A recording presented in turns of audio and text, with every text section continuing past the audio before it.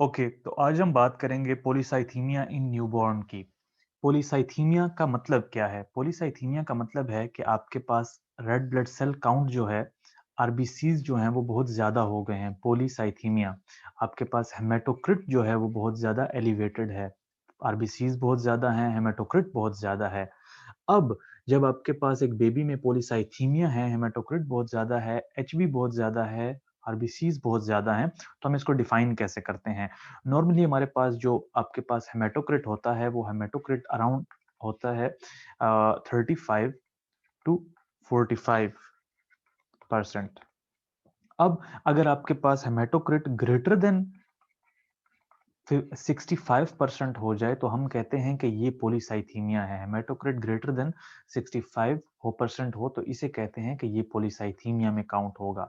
अब एक बच्चे को पॉलीसाइथीमिया होने की क्या वजूहात हो सकती हैं? तो बेसिक मैकेनिज्म जो आपको इसमें समझना चाहिए जिसकी वजह से पॉलीसाइथीमिया एक बच्चे को डेवलप हो सकता है, उसमें सबसे जो इम्पोर्टेंट रोल प्ले कर रही है वो चीज़ है आपके पास हाइपॉक्सिया। आपके पास बच्चे को किसी भी वजह से अगर हाइपॉक्सिया हो रहा है तो वो बच्चा अपने हाइपॉक्सिया से फाइट आउट करने के लिए ऑक्सीजन कम होने की वजह से ये समझता है कि अगर ऑक्सीजन कम है और मैं अगर रेड ब्लड सेल ज्यादा कर दूं तो कम ऑक्सीजन को फाइट आउट करने के लिए वो आरबीसीज को ज्यादा कर लेता है अपने। तो आरबीसीज जब ज्यादा होते हैं तो आपके पास पॉलीसाइथीमिया होता है। अब हाइपॉक्सिया किस-किस वजह से हो सकता है? हाइपॉक्सिया इस वजह से भी हो सकता है कि आपके पास मदर जो है वो डायबिटिक है। अगर मदर डायबिटिक है तो बेबी हमने हमने पढ़ा कि बेबी जो होता है वो मैक्रोसोमिक बेबी होता है, मोटा बेबी होता है क्योंकि इंसुलिन मदर के हाइपरग्लाइसीमिया के रिस्पॉन्स में बेबी का इंसुलिन ज्यादा सिक्रीट होता है और इंसुलिन ज्यादा सिक्रीट होने की वजह से फैट डिपोजिशन होता है और बेबी मोटा होता है। उसके अलावा आपके पास जो प्लेसेंटा जो होता है वो इतना अच्छी तरह से उस मोटे बल्कि बेबी को सपोर्ट नहीं कर पा रहा होता, तो ऑक्सीजन टू बेबी कम होती है। तो बेबी जो होता है वो ऑक्सीजन उसकी डिमांड ऑक्सीजन कम होती है, तो वो इस ऑक्सीजन कमी की वजह से अपने एरिथ्रोपोइसिस के प्रोसेस को ज्यादा कर देता है और आरबीसी ज्यादा हो जाते हैं। तो डायबिटिक मदर में आपके पास हाइपॉक्सिया होगा और उसकी वजह से आपके पास पॉलीसाइथीमिया होगा। उसके अलावा अगर आपके पास डिलेड कॉर्ड क्लैंपिंग हो, यानी कि अगर बेबी पैदा हुआ और उसकी कॉर्ड क्लैंपिंग में देर हो गई, यानी कि कॉर्ड को क्लैंप करने कॉर्ड को लेट क्लैंप किया, तो कॉर्ड को लेट क्लैंप करने की वजह से क्या होता है कि आपके पास लेट्स से अगर ये प्लेसेंटा है और ये प्लेसेंटा है और ये आपके पास कॉर्ड है और इधर आपके पास बेबी है, तो अब अगर आपके पास प्लेसेंटा को लेट क्लैंप किया तो यहाँ पे अच्छा खासा बेबी का ब्लड प्लेसेंटा में होता है। जब बेबी का ब्लड जो कि प्लेसेंटा में मौजूद है, अब अच्छा खासा टाइम मिल गया कि वो ब्लड दोबारा बेबी में आ जाए। अब ये वाला ब्लड जब बेबी में दोबारा वापस आएगा तो इसकी वजह से क्या होगा, आरबीसी ज्यादा होंगे और बेबी पॉलीसाइथीमिया में जाएगा। तो डिलेड कॉर्ड क्लैंपिंग एक कॉज है पॉलीसाइथीमिया की। उसके अलावा एक चीज होती है जिसे कहते हैं कॉर्ड स्ट्रिपिंग। कॉर्ड स्ट्रिपिंग में क्या होता है कि आपके पास जो कॉर्ड है उसको जानबूझ के कॉर्ड को स्ट्रिप किया जाता है, यानी कि इस पोर्शन को प्रेस किया जाता है और इस तरह दबा के आगे लाया जाता है कि जितना बचा कुचा ब्लड प्लेसेंटा में मौजूद है वो बेबी के पास आ जाए। तो इस वजह से भी आपके पास बेबी में आरबीसी काउंट ज्यादा हो जाता है और वो ब्लड जो नॉर्मली प्लेसेंटा में हुआ करता था अब वो ब्लड बेबी में आ गया है, तो अब वो पॉलीसाइथीमिया की वजह बन रहा है। उसके अलावा एक और चीज होती है जिसे कहते हैं twin twin transfusion. Twin twin transfusion में क्या होता है? ट्विन ट्विन ट्रांसफ्यूजन में ये होता है कि आपके पास दो बेबीज होते हैं, यानी कि ट्विन्स होते हैं, एक ही वूम्ब होती है, एक ही यूट्रस में दो बेबीज मौजूद हैं। अब दो बेबीज जब मौजूद होते हैं एक ही यूट्रस में, तो होता ये है कि आपके पास इन दोनों बच्चों की जो जो कॉर्ड होती है वो एक ही प्लेसेंटा को शेयर कर रही होती है, यानी कि प्लेसेंटा एक है और बेबीज दो हैं। तो अब होता यह है कि अगर आपके पास एक बेबी का ब्लड प्रेशर ज्यादा है तो उस बेबी से ब्लड जो है वो दूसरे बेबी की तरफ जाना शुरू हो जाता है, और जिसका ब्लड प्रेशर लो होता है, उसकी तरफ आपके पास ब्लड जो है वो शिफ्ट होना शुरू हो जाता है। यानी कि जिस बेबी का प्रेशर ज़्यादा था, वो पुश करना शुरू कर देता है ब्लड को उस बेबी की तरफ, जो कि आपके पास लो ब्लड प्रेशर वाला है। अब जब आपके पास ब्लड दूसरे बेबी की तरफ जा रहा है, तो इस बेबी में क्या होगा, इस बेबी में आपके पास आरबीसी काउंट ज़्यादा होता जाएगा, आरबीसी ज़्यादा हो जाएँगे, और ये वाला बेबी जो है, ये पॉलीसाइथीमिया में जाएगा। तो ये वाला जो रिसीविंग एंड पे बेबी है, वो पॉलीसाइथीमिया में जाएगा, और जो डोनर है, जो डोनर बेबी है, वो आपके पास एनीमिया में चलता जाएगा। तो डोनर बेबी में एनीमिया होगा, और जो रिसीविंग एंड पे है, वो आपके पास पॉलीसाइथीमिया में जाएगा। तो ये आपके पास ट्विन ट्विन ट्रांसफ्यूजन का मैकेनिज्म है। अब जब हमने कॉजेज डिस्कस कर ली कि आपके पास किस किस वजह से पॉलीसाइथीमिया हो सकता है, अब हम डिस्कस करेंगे कि हमारे पास कौन सी ऐसी कॉजेज हैं, पेशेंट प्रेजेंट किस तरह करेगा। अब हम ये देखेंगे कि हमारे पास पेशेंट प्रेजेंट किस तरह कर रहा है जब आपके पास पॉलीसाइथीमिया होता है। तो प्रेजेंटेशन, अब आपके पास अगर ब्लड में आरबीसीज ज्यादा हैं, तो आरबीसीज ज्यादा होने से तो आपको ये महसूस हो रहा होगा कि शायद आरबीसीज ज़्यादा हैं तो ऑक्सीजनेशन ज़्यादा होगी।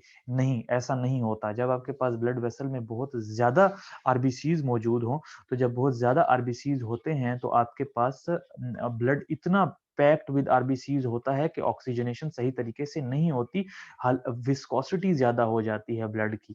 जब ब्लड की विस्कोसिटी ज़्यादा हो जाती है, तो ब्लड मूव नहीं कर पाता। ब्लड मूव नहीं कर पाता, तो आपके पास ऑक्सीजन कंटेंट जो होता है, वो ब्लड का लो होता है। जब ऑक्सीजन कंटेंट लो होता है और आपके पास विस्कोसिटी ज्यादा होती है, तो विस्कोसिटी के ज्यादा होने की वजह से आपके पास क्लॉट्स बनते हैं। तो बेबी को क्या होगा, बेबी को क्लॉट्स बनेंगे। और ये क्लॉट्स कहाँ-कहाँ पे बन सकते हैं? ये क्लॉट्स आपके पास सेरेब्रल वेन्स में, यानी कि दिमाग की तरफ जो सेरेब्रल वेन्स जा रही हैं, सेरेब्रल वेन थ्रोम्बोसिस होगा। और उसके अलावा ये है कि आपके पास पोर्टल वेन थ्रोम्बोसिस हो सकता है। तो आपके पास क्या है, क्लॉट्स बन सकते हैं। दूसरा ये हो सकता है कि बेबी को प्लिथोरा हो सकता है। प्लिथोरा ये है कि आपके पास ब्लूइश ब्लूइश सी पिक्चर होती है, reddish bluish type, purplish type सी एक पिक्चर पाई जाती है, क्योंकि आपके पास ब्लड स्टेसिस में होता है और ऑक्सीजन सही नहीं होती, तो एक पर्पलिश ब्लूइश टाइप सी एक पिक्चर पाई जाती है बेबी की, जो प्लिथोरिक लुक देती है, और उसके अलावा क्लॉट्स बहुत ज्यादा बन रहे होते हैं। तो ये दो मेन चीजें हैं इसमें, जो कि आपके पास प्रेजेंटेशन में इंपॉर्टेंट है। ओह! अब हम ये देखेंगे कि अब इस बेबी को हमने मैनेज किस तरह करना है, जो कि आपके पास पॉलीसाइथीमिया के साथ आएगा। तो पॉलीसाइथीमिया वाले बेबी की मैनेजमेंट कैसे करेंगे? मैनेजमेंट ऑफ पॉलीसाइथेमिक बेबी ये है कि आपके पास ब्लड जब ज़्यादा है, तो अब इस ब्लड को हमने कम करना है। कम करने के लिए हम ब्लड को क्या करेंगे? तो हमारे पास एक सिंपल वो है कि आप इस ब्लड को डाइल्यूट करें। एसिम्प्टोमेटिक अगर बेबी हो और उसका पॉलीसाइथीमिया डेवलप कर चुका हो, तो एसिम्प्टोमेटिक बेबी को क्या किया जाएगा कि आप इस ब्लड को डाइल्यूट करने की कोशिश करेंगे। डाइल्यूट करने के लिए क्या करेंगे, आप आईवी फ्लूइड्स देंगे। आप इंक्रीज्ड आप आईवी फ्लूइड्स देंगे, और उसके अलावा क्या है कि फ्लूइड इनटेक को ज़्यादा करेंगे, यानी कि बेबीज़ का फ्लूइड इनटेक ज़्यादा करेंगे, ताकि ये चीज़ डाइल्यूट होगी और विस्कोसिटी कम हो, और आपके पास ऑक्सीजन की ट्रांसपोर्ट हो। Sorry for this arrow. तो आप उसकी उसके बाद उसके बाद आपने अब एक बेबी सिम्प्टोमेटिक है, बहुत ज़्यादा सिम्पटम्स डेवलप कर चुका है। इस सिम्प्टोमेटिक बेबी में हमने क्या करना होगा, इस सिम्प्टोमेटिक बेबी में आपको करनी पड़नी है partial exchange transfusion. Partial exchange transfusion क्या चीज़ है? पार्शियल एक्सचेंज ट्रांसफ्यूजन में ये होता है कि पहले तो आपको ये समझना चाहिए कि एक्सचेंज ट्रांसफ्यूजन क्या चीज़ है। एक चीज़ होती है ब्लड ट्रांसफ्यूजन, कि आपने एक शख्स से ब्लड लिया, एक बंदे से ब्लड लिया और उसको एक दूसरे पर्सन में ट्रांसफर कर दिया, that is called as blood transfusion. Then there is a thing called exchange transfusion. Exchange transfusion क्या चीज है? एक्सचेंज ट्रांसफ्यूजन में ये होता है कि आप क्या करते हैं, आप ब्लड लेते हैं डोनर से, डोनर का ब्लड जो है आप बेबी को ट्रांसफर कर रहे होते हैं, दिस इज द बेबी, और बेबी को आप डोनर का ब्लड दे रहे हैं, और at the same time baby से उसका ब्लड ले भी रहे हैं, यानी कि बेबी का ब्लड बाहर जा रहा है, this is babies blood, infant का ब्लड बाहर जा रहा है, और डोनर वाला ब्लड जो है वो आपके पास बेबी की तरफ जा रहा होता है।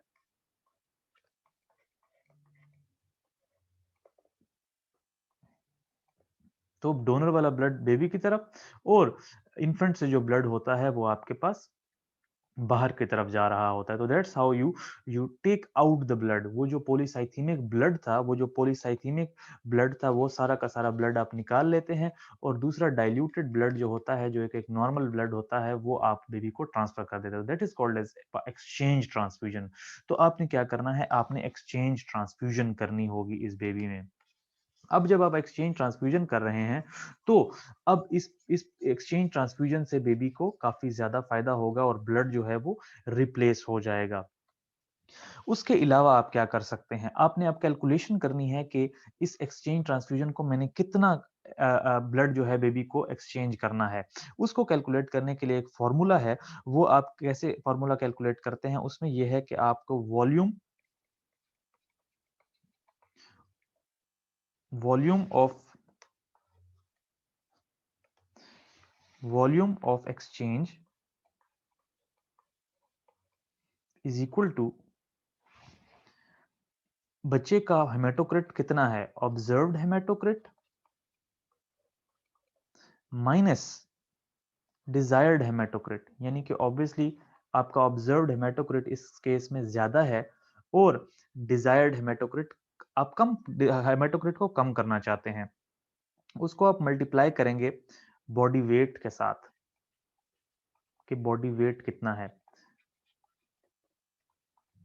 Multiply by 80 divided by observed haematocrit. तो वॉल्यूम ऑफ एक्सचेंज क्या है, वॉल्यूम ऑफ एक्सचेंज में आप observed haematocrit minus desired haematocrit, जितना हेमेटोक्रिट आप चाहते हैं कि हो, उसको मल्टीप्लाई कर देते हैं हम बॉडी वेट के साथ। तो बॉडी वेट के साथ मल्टीप्लाई कर लेने के बाद आपने उसको मल्टीप्लाई बाय 80 करना है और डिवाइड करना है विद ऑब्जर्व्ड हेमेटोक्रिट। यूजुअली ये आपके पास वैल्यू जो आती है वो राउंड अबाउट 20 ml पर केजी होती है। तो 20 ml पर केजी आपको यूजुअली ट्रांसफ्यूज करना पड़ता है बेबी को ब्लड। तो ये सारी डिस्कशन थी पॉलीसाइथीमिया के बारे। क्विक रिव्यू, आपके पास सबसे पहले आपको मालूम होना चाहिए हेमेटोक्रिट ग्रेटर देन 65 हो तो पॉलीसाइथीमिया होता है। डायबिटिक मदर में आपके पास पॉलीसाइथीमिया ज्यादा होता है, आरबीसी ज्यादा होते हैं, डिलेड कॉर्ड क्लैंपिंग, ब्लड ज्यादा जा रहा है, cord stripping, twin twin transfusion की वजह से विस्कोसिटी ज्यादा होती है जिसकी वजह से क्लॉट्स बनते हैं, cerebral vein thrombosis, portal vein thrombosis, या आपके पास पेशेंट जो होता है प्लेथोरिक से लुक देता है, पर्पलिश ब्लूइश से लुक देता है क्योंकि ऑक्सीजनेशन नहीं हो रही थी, क्योंकि ब्लड बहुत स्लोली ट्रेवल कर रहा होता है। फिर आपने मैनेज किस तरह करना है, आपने एसिम्प्टोमेटिक पेशेंट को आईवी फ्लूइड्स देने हैं, फ्लूइड इनटेक को ज्यादा करना है। इसी से यूजुअली बच्चे बेहतर हो जाएंगे। अगर पेशेंट सिम्प्टोमेटिक है तो आपने एक्सचेंज ट्रांसफ्यूजन करनी है, blood at the same time देना है और निकालना भी है। और वॉल्यूम ऑफ एक्सचेंज आप इस फॉर्मूला से कैलकुलेट कर सकते हैं। So thank you very much. This was polycythemia.